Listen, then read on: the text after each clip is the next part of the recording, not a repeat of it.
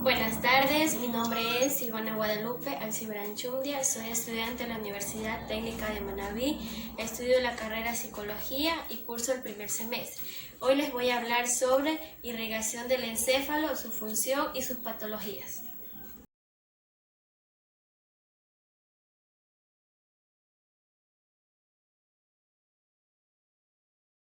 Del encéfalo, arterias del encéfalo. El encéfalo está irrigado por dos arterias carótida interna y dos arterias vertebrales. Estas cuatro arterias se encuentran en el espacio suracnoide. Sus ramas corticales se anastomosan en la superficie inferior del encéfalo, formando así el círculo arterial cerebral, o también conocido como polígono de Wills.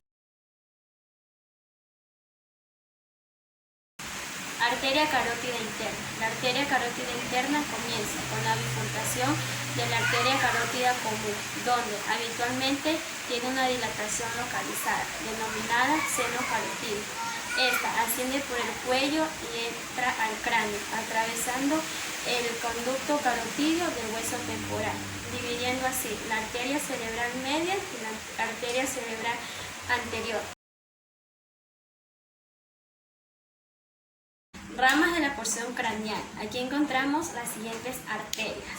Arteria oftálmica. Esta comienza cuando la arteria carótida interna sale del seno cavernoso. Esta irriga el ojo y otras estructuras orbitales. Sus ramas terminales irrigan el área frontal del seno cavernoso, el cuerpo etmoidal y el dorso de la nariz. Luego encontramos la arteria cerebral posterior. Esta es el vaso pequeño de la rama carótida interna. Se encuentra cerca de la bifurcación terminal. Caroide es la rama más pequeña de la arteria carótida interna. Se encuentra cerca de la bifurcación terminal.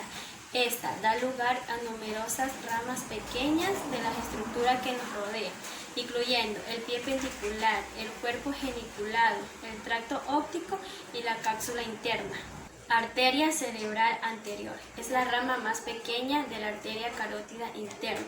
Sus ramas corticales irrigan toda la superficie medial de la corteza cerebral hasta el surco pareto-occipital. Arteria cerebral media. Es la rama más grande de la arteria carótida interna.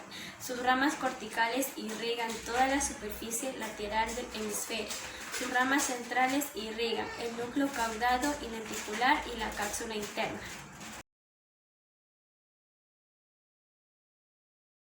Arteria vertebral. La arteria vertebral es la primera rama de la arteria subclásica. Estas se penetran en el cráneo a través de los agujeros magnos y atraviesan la dura madre y las aracnoides para poder así entrar en el medio suracnoide. Craneal. Aquí encontramos las ramas meninges, son pequeñas e irrigan el hueso y la dura de la fosa craneal posterior.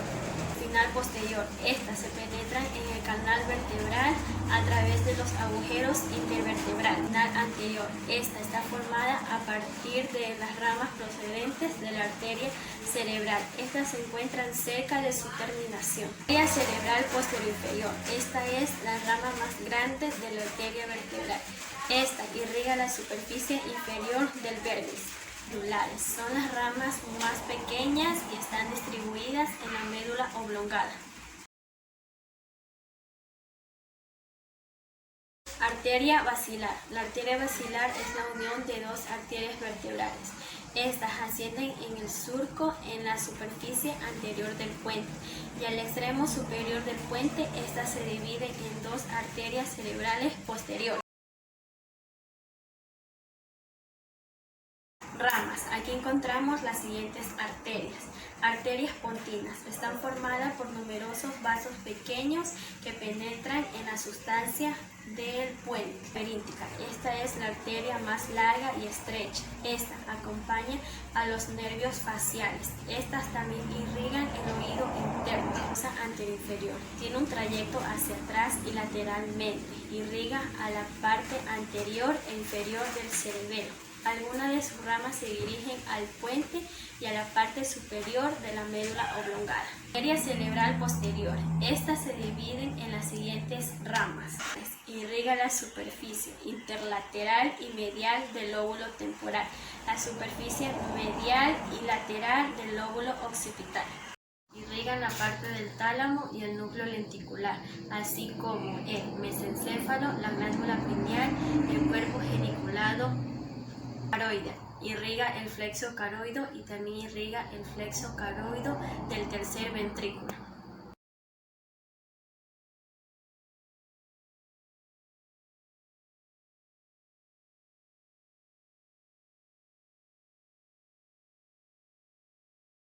Es la pérdida de la conciencia, se produce alrededor de 5 a 10 S. Si se cierra completamente este flujo de la sangre del cerebro, el paro cardíaco es la causa frecuentemente de esta patología. Interrupción de la circulación cerebral. Las lesiones vasculares del cerebro son frecuentemente. Estas lesiones se dan en la arteria carótida interna y las arterias vertebrales en el cuello.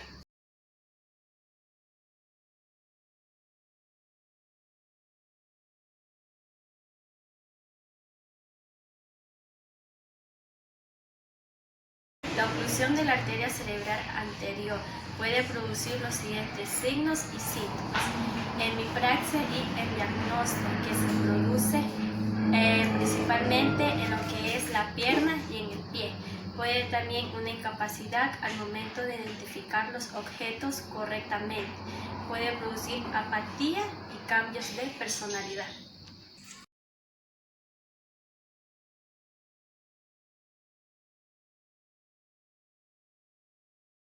Arteria cerebral media.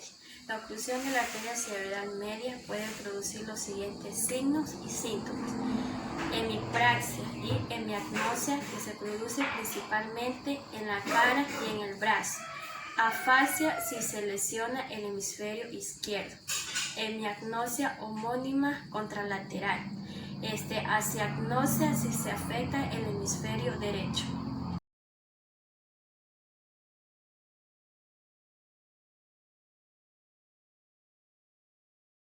Oclusión de la arteria cerebral posterior. La oclusión de la arteria cerebral posterior puede producir los siguientes signos y síntomas: hemipraxia y hemihipoestesias contralaterales; pérdida completa o parcial de la visión del mismo lado; pérdida de la visión permanente es infrecuente.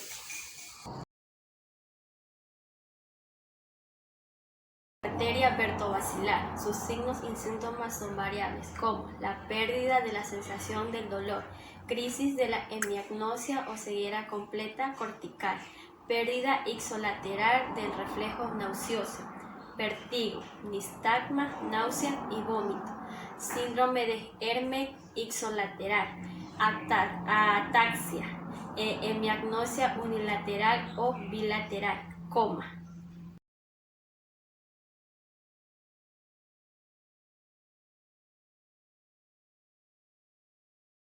Sanguíneo cerebral puede estar originado por numerosas patologías, y las más principales son la arteria cerebral, enfermedades de las paredes arteriales y enfermedades que originan el bloqueo de la luz arterial. Que alteran a la presión arterial. En estas enfermedades encontramos algunas como hipertensión postular, stop físico y psicológico, cambio de viscosidad sanguínea, síndrome del seno carotídeo, enfermedades cardíacas.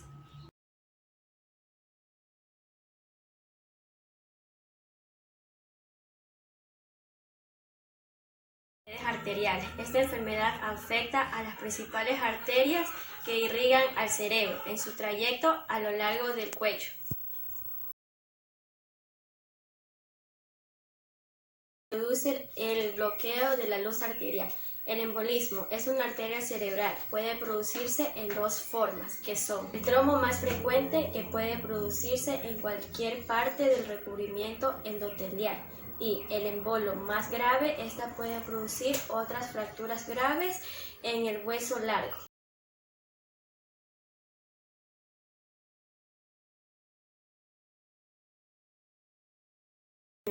Esto se produce en una de las arterias en las que se encuentran dos arterias cerca del circuito arterial cerebral. Sus signos y síntomas son: puede romperse bruscamente el espacio subaracnoide, puede producir una cefalia brusca.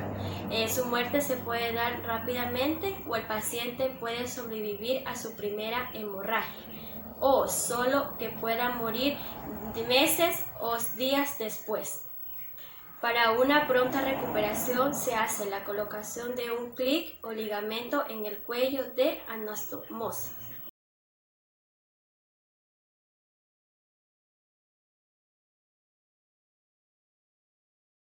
Hemorragia craneal puede ser consecuencia de un traumatismo o lesiones cerebrales vasculares.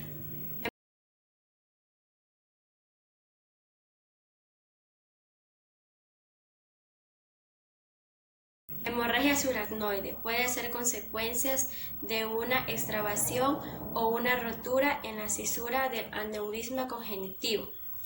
Sus signos y síntomas pueden ser cefalia, rigidez de nuca o pérdida de la conciencia.